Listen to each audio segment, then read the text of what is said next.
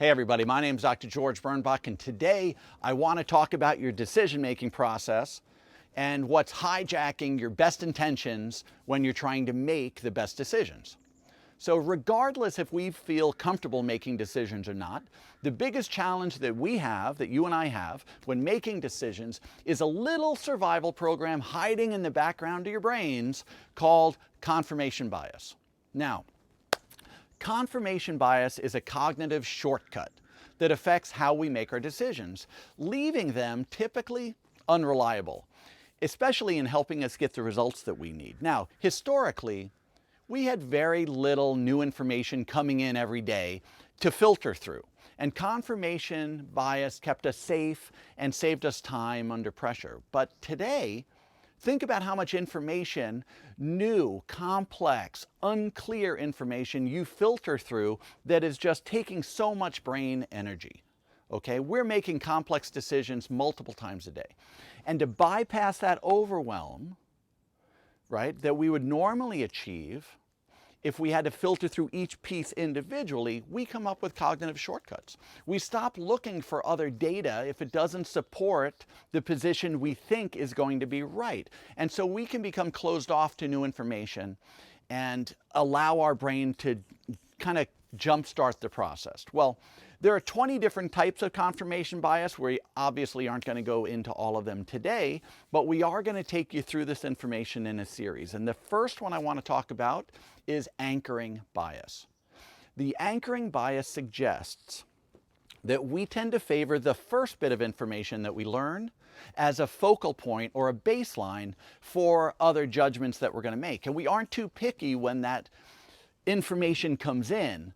It's usually the first piece of information that we notice. For example, does someone look like they can afford your services? When your staff looks at your office, are your fees too high?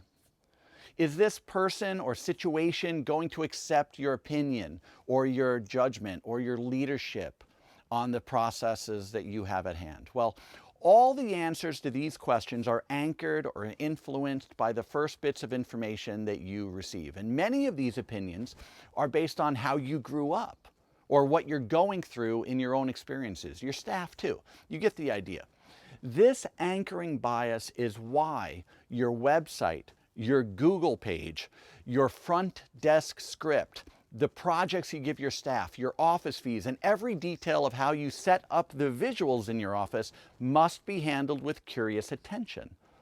So, how do we get over anchoring bias? Well, awareness is the first hurdle. Knowing the biases are there and we're affected by them, and knowing that they're actually hindering us from getting what we want, that's going to be the first step. So whenever you catch yourself making a quick or an emotional judgment call, stop and get curious. Why are you making that call? What actual information do you have?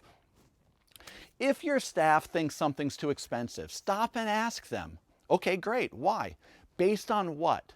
Why do you feel that way? What from your life brought you to the place where this is expensive to you?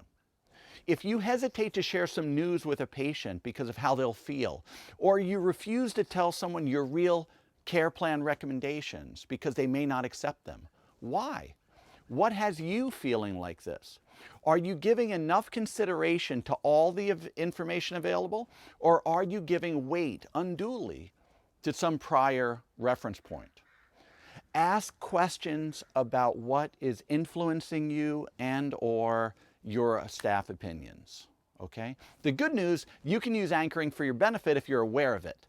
But if you understand this exists and this is going to play a role in your decision making, you can use it to help you navigate quick decisions in management and leadership and solve problems better. So be a better doctor, be a better leader, be a better manager, and be a better friend by understanding how your decisions are affected by anchoring confirmation bias. My name is Dr. George Birnbach. I look forward to exploring the other 19 confirmation biases with you in this confirmation bias and decision-making series on better communication. All right, I'll talk to you soon.